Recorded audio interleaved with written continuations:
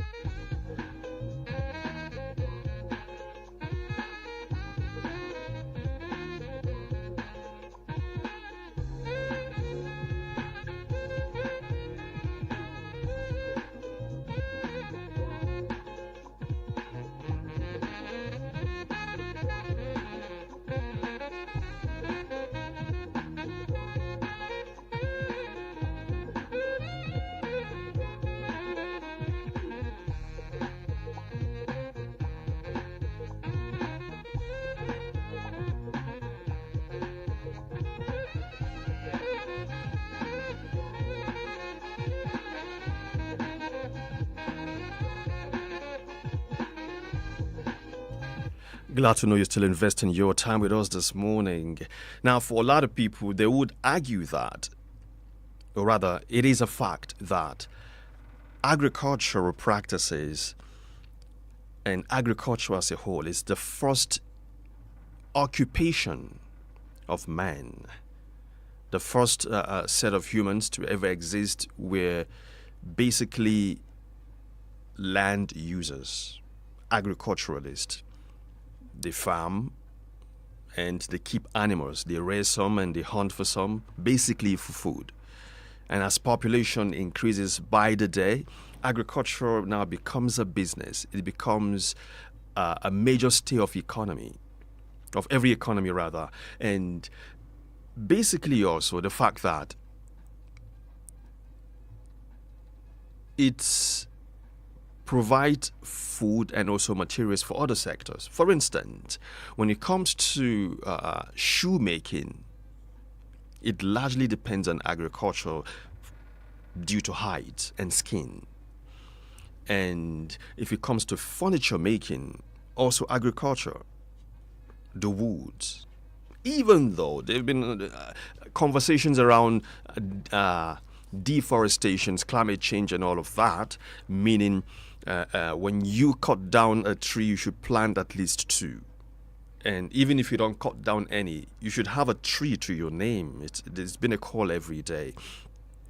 So you see, agriculture is a major stain of every economy, and it's something. It's a sector that cannot be done without. It exists in virtually every human society. There is no human society today that survives devoid of agricultural practices, if not for anything, for food consumption. And from agricultural produce and also plant, medicines are made. So there is much more about agriculture. There is so much to it. And some would argue that in this part of the world, we've not even explored all that we can or we should around the conversation on agriculture. That's the argument for a lot of people. So it is Tea Perspectives, and we've just been joined by our resource person this morning, the Honorable Commissioner for Agriculture, Kaduna State, Honorable MURATALA Mohammed DABO, who oversees the formulation and implementation of policies aimed at driving agricultural growth, improving farmers' productivity, and strengthening food systems across the state. Honorable Commissioner, thank you for joining us this morning, and glad to have you once again, or maybe another time again. Thank you, and good morning, listeners. How are you doing today? I'm good. The rain? You can feel the weather. This is your weather. It's so good for us. Yeah, this is your weather. Yes, the farmers are happy. You should be happy. Yeah, we all are. Good. Yeah. It's been almost a year. We had a conversation here, Yeah. and so much has happened to agriculture in Kaduna State, and it is still happening. But for starters, we would want to know, what is the current state of agriculture in Kaduna State? The sector itself. Where would you say you are right now? Well, I will tell you, for us in Kaduna State, the sector is doing so well. And we're glad that we have the governor in person of Senator Obasani, who gives the sector a lot of attention. I must tell you, he's the most farmer-friendly governor we ever had. Oh, wow. Sure. You can see, Kaduna being an agrarian state, the statistics are there. The GDP of the state, agriculture contributes 43%. Wow. Yeah. And it gives employment to at least 70% of our population. You know that the Nigerian ginger that we all talk about comes from Kaduna. We do 85% of that. When you talk of maize, we're the leading producers in the country. Yeah. Tomatoes, we are number one. Now grapes. Oh, wow. The fruits that you think you only Find in Jos. Yeah. I tell you, Kaduna is leading. Leading in grapes production. Sure. If you go to Kudan and you get to the grapes vine, you will not believe you are in Nigeria. Kudan local government. Sure. Wow. Okay. And then soybeans, there too, we are number two. So tell me, when you're talking of food security, Kaduna contributes greatly to the nation's food security.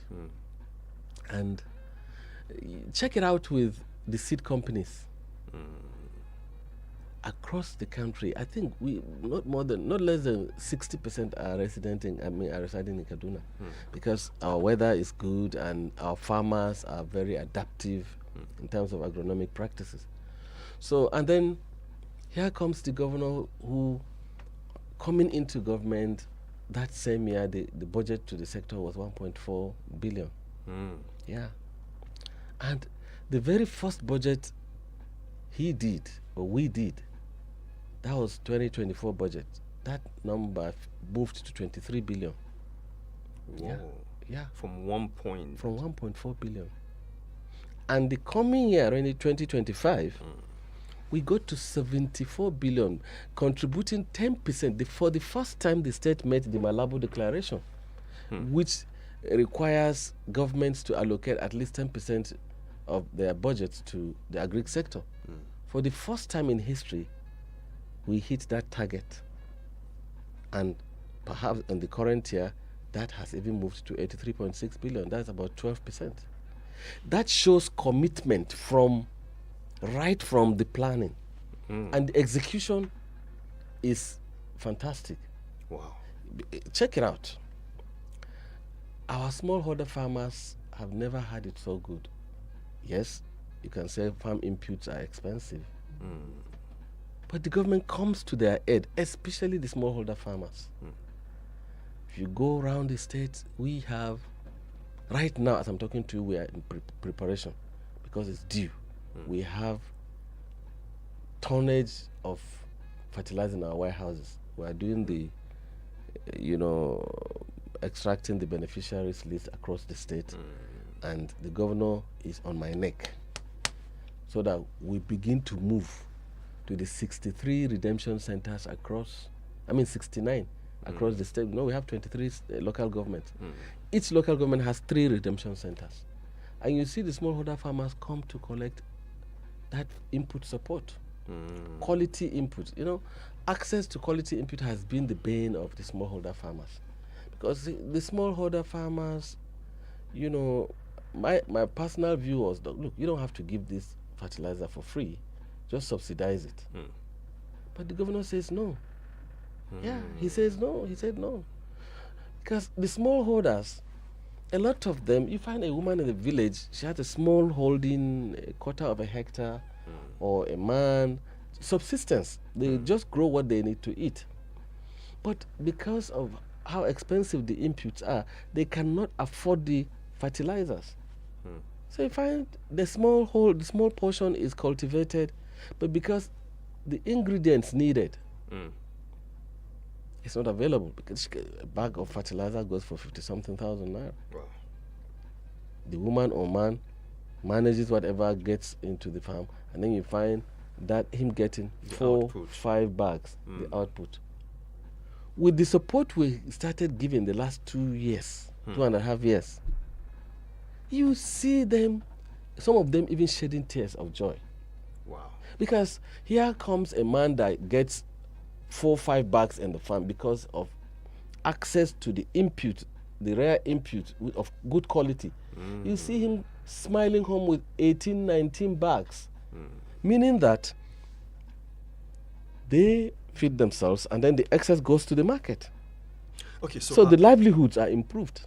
Honorable Commissioner, you made mention of growth in budgeting, progress in the figures, increased figures from 1.4 billion to 23, if I got that correctly, then to 74. What has cash backing and releases been like?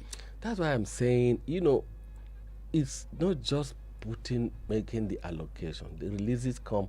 That is why we're able to. And I tell you, in the last 3 years, we have distributed up to 900 trucks of fertilizer. This is for real. People don't seem to believe, but it's for real.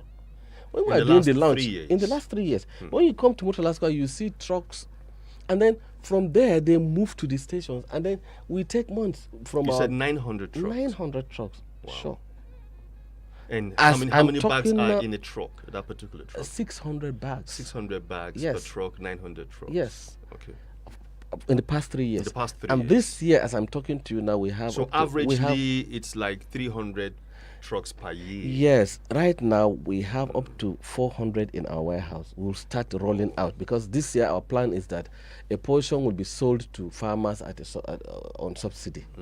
Because the commercial farmers said, look, they are sidelined. It's only the smallholders that are supported, and the governor said, oh, we're coming your way, we'll give you subsidy. Okay, so does that mean the smallholders farmers get For free. For free. Then 2 bags commercial each. okay, 2 bags per 2 bags farmer. per farmer. Amazing. You know, the thing is, the population is huge, so you don't have the capacity. So what's the yardstick for this election, especially for the smallholders farmers? What we do is we collect lists from the local governments. They go to the wards, they go to the villages. In fact, for spread, the governor said, look, get the beneficiaries from each polling unit. That is to say that the tendency is, if I say go to Kurme Musa ward, for instance, and collect 300 names, it may be that the people that are collecting the names, in as much as the ward has about 12 villages, they may concentrate and collect from 3-4 villages, because maybe they're the privileged ones that have access to where the list is being made. This year he says, no, go to each polling unit and collect uniformly. This will ensure what? Spread. Yeah, it will ensure spread. When you come to this polling unit, okay, this family, as against Dabo going to his village, collecting from his family and friends. So that is just for the input support. The thing is just massive. Mechanization is one area that we are doing a lot of mileage now.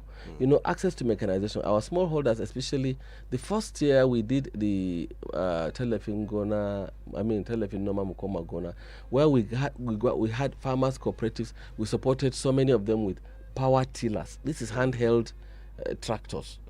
You know, it's micro mechanization at small level. That is enough. You don't have to get a big tractor to harrow. To cultivate your small farm. So this, what do you call it? Cooperatives have a power tiller. 18 horsepower. They cultivate huge land. Each of the member, because cooperatives are intense, and 10 people in a cooperative. When you do my own, you go do the other person's on the next day, and when they finish, they even lease it out to other people. Oh wow! Yes, and not just the mechanized. And then now we bought tractors that we now brought a PPP model, as against in the past where we would get politician and dash him, or we keep it in the government places and it's abused, not maintained. We brought a model, public-private partnership, where the tractor operators apply, they come, we assess you, it's been something you've been doing, we give you on lease. These tractors are registered, they are insured, they are tracked. We put trackers on each of these tractors. So you go, you cover, people will come and be leasing from you. And then when you do, whatever revenue you make, we share. You take 60% because you fuel, you maintain. But it's our own asset. Okay. You now give us 40%. That way we'll be getting savings to buy more. So gradually the penetration will be spreading across. A fear that most Nigerians would have is around the term political farmers. Do they still exist? Are they still being entertained? Well, you see, people, in politics, are a lot of mischief. Politicians are farmers too. Yeah. Because the politics is just, you should have your own trade. A lot of these politicians are farmers. By the way, I told you about 70% of the population in Kaduna are engaged in farming. Even if you don't go to farm yourself, if you go home, I'm sure your people in your family, they do go farm. They do farm. So that's what I'm talking about. But you are a media person here. So that's the way it is. Politicians that sometimes benefit from this, they are farmers too. You may say the tendency of the beneficiaries only tilted to politicians alone. The influence. Well, what we do, as a matter of fact, the governor sets a committee in each cluster. We bring the religious leaders, we bring the traditional rulers, we bring the farmers association, we bring youth groups, the women group. So with this, even civil society, Yes, and the security agencies, you expect some balance because everyone has his own constituency to protect there. So there will be some level of fairness in the selection. That's the way it is. And, another thing I will tell you is post-harvest losses that a lot of our farmers suffer. They cultivate, they harvest, but because of inaccessibility to the market, bad roads. Yes, they suffer a lot of losses, what we call post-harvest losses, which was why the governor, on assumption of office, the first of the roads he did groundbreaking on were rural roads, because he made a promise that he wants to revamp the livelihoods of the rural populace too. Yes, you can see road construction all across the city center. He said no. They're larger actually than this. We have to spread this the development. Metropolitan population. Yeah, we have to spread this development to the hinterland, to the villages. So let me land. Okay. I tell you, if you go to Igabi, you see Rigachikun Tami Birnin Yero is a road that veers through farming community. If you go to Ikara, Kubau, that is what you call Anchau Gadas Pala, it's a road that leads through farming community. If you go to Kaura, that is what you call Tachira Kadarko road, then Agayam to the same Kadarko. Then if you just few days ago, 3 days ago, I think, or was it 2 days ago, the road from Koi to Gora, it traverses farming communities. Asphalted road. You understand? Asphalted. Asphalted. Wow. If you go to veering up from even agriculture a little, if you enter Koi today, as a young man, we used to say Koi England Java. Yes. But go to Koi today, you truly believe you are in England, because they have asphalted road that you find in Aliu Makamahia Barnawa. Okay, Honorable Commissioner, I would have to pause your thoughts here. We pay some bills. When we come back, this conversation continues. It is still Perspectives. Stay with us. We'll be back shortly.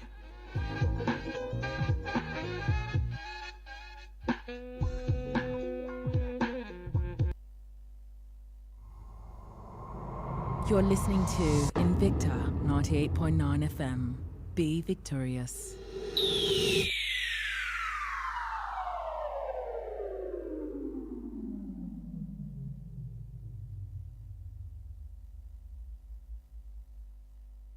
Hasken rana in ya fito, sabuwar rana ta bayyana. Ga uniform an shirya mana, kuma ga mu akan hanyar zuwa.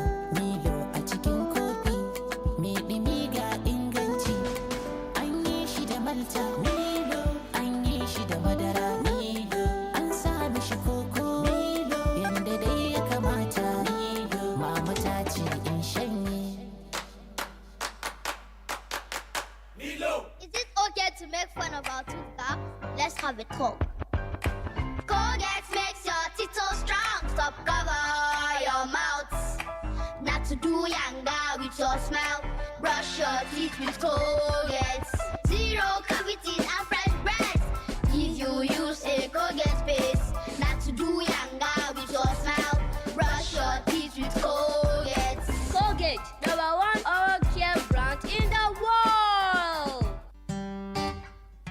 Get why we dey plan and pray for our children every day. E get why. E get why we dey get up to go hustle every day. E get why. And e get why Nigerians trust M&B paracetamol, the red one, every day. E get why. E dey show pain red card, kia, so we fit to face life without pains. Therefore, next time pain show him wawa face, knock am with M&B paracetamol, the red one. E get why. M&B paracetamol, the red one na for you and your family, and it dey clear pain, small cold and fever one hand. If your symptoms no clear after 2 days, go see doctor.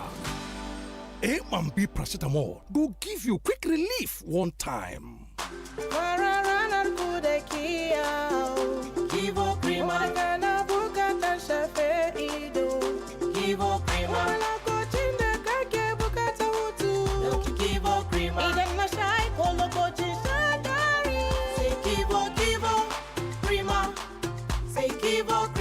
lokacin jin daɗi sai Kivo Krima. Idan na sha ko lokacin shan dari sai Kivo. Ina kwana Onion Banana Connect. Hello 7790 yawa kawata ta ce allura za ta tafi har kwakwalwa ta shin ga hakan gaskiya ne? Honey and Banana Connect. To ina kasuwa sai yar uwar matar makwabcina ta ce matar da ke amfani da maganin tazaran haihuwa mazajensu za su daina son su. Honey and Banana Connect. Ni ce kuma goggota ta ce idan na bayar da tazaran haihuwa tsakanin yarana mutane za su yi tunani akwai wata matsala a aure na. Shin gaskiya ne? Honey and Banana Connect na nan don duka tambayoyinku. Kira 7790 a kowane lokaci don tattauna da kwararun kan tazaran haihuwa da lafiyar jami'i. Kyauta ne a asirci kuma babu tsangwama. Kira 7790 ko turo sakon WhatsApp ta 09097133400 a yau. Honey and Banana Connect ku bi wanda ya san hanya. Wayar gari da shayin Lipton yana da wata hanya da yake tattara mu. Kofi ɗaya ya kake a lokaci guda. Mutumina baka san me ya faru jiya ba. Kai ma barka da safiya. Yi haƙuri mana shayi kafin hira. To shi kenan faɗi mana. Ai in dai shayin Lipton ne ba cika kofi kaɗai yake yi ba, yana ƙara kusanci da zumunci tsakanin jama'a. Shayin Lipton yana haɗa zumunta.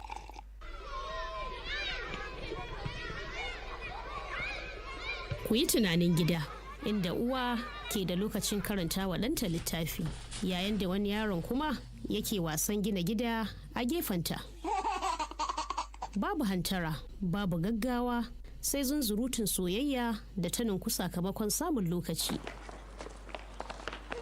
Wannan shine damar da tazarar haihuwa ke bayarwa, wato dama ta gani da sauraro. Kuma a irin wannan yanayi ne yara suke bunƙasa. Ziyarci cibiyar lafiya mafi kusa domin farawa ko a kira lambar waya 222 wannan sako ne daga ma'aikatar lafiya tare da tallafin gamayyar kungiyoyin Pronet da FEM. Invicta FM. Tabdi, wato a duk lokacin da muka haɗu a dandalin tattaunawar iyalinmu sai an samu matsala. Abun burgewa ma zan dafa wani abu da duk zasu amincewa. Wato da fadukan shinkafa na musamman tare da magi. An sarrafa magista daga tataccen waken soya, albasa, kayan yajin armashi tare da kanamfari. Lokacin cin abinci a shiga cikin lallama ko samkar a shigo. Magista sanya duk abinci da lokacin su kasance na musamman da ba za a iya mantawa ba. You know say sometimes people no sabi as their data dey take finish. Come, make me wey be phone show una as e dey happen. As my owner dey sleep, I go dey do things wey you no know. If you do na sign make I do auto update. When you change gear, na correct sign make I do cloud backup. And if you go enter gear 3, hi! Na to allow all your apps collect overnight duty even when you no dey use am. You know say I gats know wetin dey sup for online na. Oya, see wetin you go do when you wake up. Chineke! Hey! Data wey sup don finish o. I no tell you. Shine your eye. Make your phone no do oblay on top your data. Monitor your auto updates. Clear background apps and close unused tabs whenever you load data on your phone. Enjoy your data and leave it 100.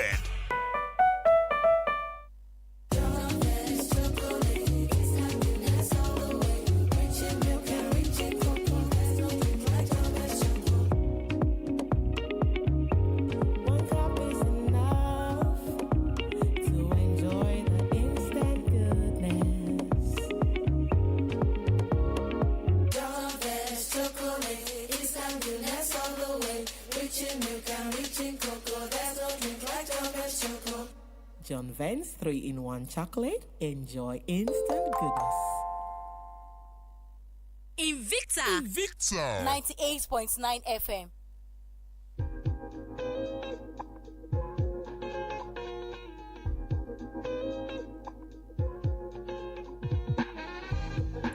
Glad to know you're still there. It is the perspectives this morning. Now, talking about the current state of agricultural sector in Kaduna. and I've been conversing with the Honorable Commissioner for Agriculture, Honorable MURATALA Mohammed DABO. Back to our conversation, Hitsi. So you made mention, how is it that Kaduna's ginger is what they call Nigeria's ginger, and its pungent is the best in the world, so to say. But in the past few years, there's been a blight on that particular crop, and it affected the crop production for that year, and there's a whole lot of post-harvest losses, and also there is the introduction of a new type of seedling, which I wouldn't know if it is still the Kaduna ginger, but it's not as compared. The spiciness and the pungency, it's not as compared to what we taste before. So what is actually happening to ginger production in Kaduna? Well, on a sad note, I will tell you that we've had a very bad experience the last 2 years. The ginger sector is one area that our people in southern Kaduna, the livelihoods, a lot of them, they don't grow food crops. You find a woman with her ginger farm, it's from the harvest that she gets money to buy food items, to send her children to school, to do other things, because ginger was more like a cash cow, like an ATM. Yeah, you harvest, you make the money, and then do all the things you want to do. It's the crude oil of southern Yeah, Kaduna. but you know, unfortunately, that disease came and we suffered a huge losses. And I'll tell you that the loss was more than 70% for that particular year. The yield, yeah, because it was really bad. So it wiped out the livelihoods. Now, the seed system got, destabilized, because, ginger seeds are normally voluminous. It wasn't available. People want to cultivate it, but it's scarce. A small bag that we buy 15,000 maximum. If you go check a bag of the ginger seeds today, it's up to 500,000. Wow. Yeah, it's unbelievable, but that's the truth. So, and the temptation, or there was this pressure of people trying to bring in seeds from other countries. And that will dilute the quality of our unique, we'll lose that uniqueness. Nigerian ginger, I tell you, is the most sought after ginger, the most pungent, the most spicy. So people want to bring from Cote d'Ivoire, from China. And we said, no, we should preserve our unique brand. What is the name of that Kaduna brand? Even in local parlance. Tafingiwa. Okay. Understand? Tafingiwa. Yes. All right. Even the Yatsumbili is still the same Kaduna brand. That one is not so wide, but it's spicy. You understand? So Kaduna has got two. It's two brands. Two brands. Two species and Yatsumbili. And that one is the one you find out even that some people are bringing it from Benue. That Yatsumbili now, but it's something that the two unique. They are all good. You understand? You find the ginger from China or from India is so big, but when you can chew it because it's not spicy, it's not hot. So we're insisting on preserving our unique brand. So that is why it's scarce. But then this year, the federal government through the Bank of Agriculture does an aggressive move on deliberate program for the seed recovery. They have engaged a partner in Kachia local government who has some clusters of farmers, is dedicated on this seed recovery. They give you a bag of the good seeds. You grow. On harvest, they will collect 3 bags. You understand? So, and when ginger does well, a bag ordinarily should get you up to 10 bags. So when they collect 3, 7 is yours. I think that's very, very good support to the smallholder farmer. And the 3 is for seed preservation. Yeah, the 3 is collected, and they will also buy from you, because what we want is from next year it should spread further. So in the deliberate program of 2 years full recovery, because right now we've really suffered serious setback in the sector. So I believe this one and other supports, I know NADF2 is doing their own support. We are aggressive as a state. We also have engaged an Indian, it's one Contech. They are doing tissue culture through tissue culture lab, and then there are good clean seedlings that we will share. That one too will be used, though it's coming late, but when we share to the farmers, we will not collect on harvest. We'll allow it to pass through the second year. You know, we call it sooner. When the season comes, instead of you harvesting, you cover it. It passes through the second year again. It spreads further. So we are deliberate in that. I believe we will have good recovery, and we want to go big in the ginger stuff. We have big plans. Speaking of these big plans on seed recovery, there is this conspiracy theory out there, and it's regarding GMO, that there is an intentional act by maybe some organization, some international players, agricultural players, to kind of neutralize the Kaduna seed and to introduce a GMO ginger into the Kaduna market. What's the stand of the Kaduna state government, especially the agricultural sector, which you oversee, concerning GMOs? I will tell you we are vigilant. GMOs are not necessarily bad as a concept. I'm not talking, not limited to ginger alone. You know, conspiracy theories, you hear people saying all sort of things. Some of those may be for multiplication, for high yield. Some GMOs come, and not that they're harmful. But the ginger, I will tell you specifically on the ginger that you've asked, I've seen a lot of videos of the conspiracy theories of people coming to share seeds, and that was what brought all that. No. We should be focused. We should be professional. The thesis, when the blight came, we took our researchers from IAR. Myself, I also accompanied the team. I remember Professor Zarafi, a woman from Lere local government. She's one of the experts in Institute of Agricultural Research, ABU. We went to the villages. We crossed with canoe to some of the farms at Hairaga and Kachia local government, and we went and saw the devastating ginger fields. So we took samples of the rotten, infected ginger, and they took it to the lab, and the result was there. It's fungal attack.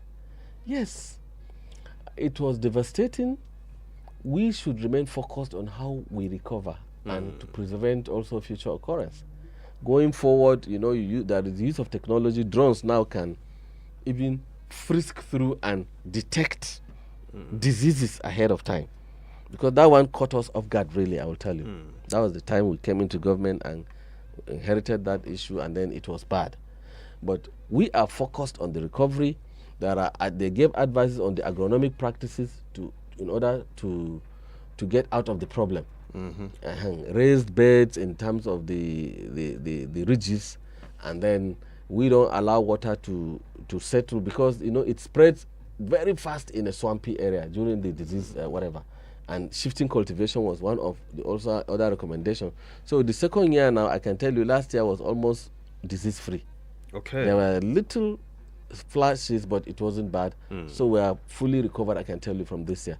What we are focusing now is on getting the good seeds and then going full blast, and we'll be there. The conspiracy, it will always be there, but when you are talking of science, we should talk on facts. Okay. Yeah. Now let's look at processing. For what it's worth, Kaduna is known for the best ginger in Nigeria and the world, but there is yet a processing factory or an industry that would add value to ginger in Kaduna in commercial quantity that would result into employment and even export. Okay. Where are we on that? Here I will tell you, this is another area that the governor has been very, very aggressive. Value addition is the way to go. You don't sell your produce raw. Add value so you make more money. The ginger that we're talking about, we export whether dried or fresh. If you process it here, you get the powder, extract the oil resin, you get not less than 5 times what you ordinarily get when you sell it raw. Yes. And you create jobs in the processing, whatever. That is why we approached African Development Bank, where we are now among the first to establish the special agro-industrial processing zone, SAPZ. After Olam, on your way to Abuja, by the left-hand side, you'll see it there. It's coming up good. The project had started. It's a huge, more than 250 hectares of agro-industrial zone, agro-industrial processing zone. In the next 1 year, 2 years, you will be happy when you drive past that place because it will just be factories by the grace of God. A lot of people are already waiting. What we are doing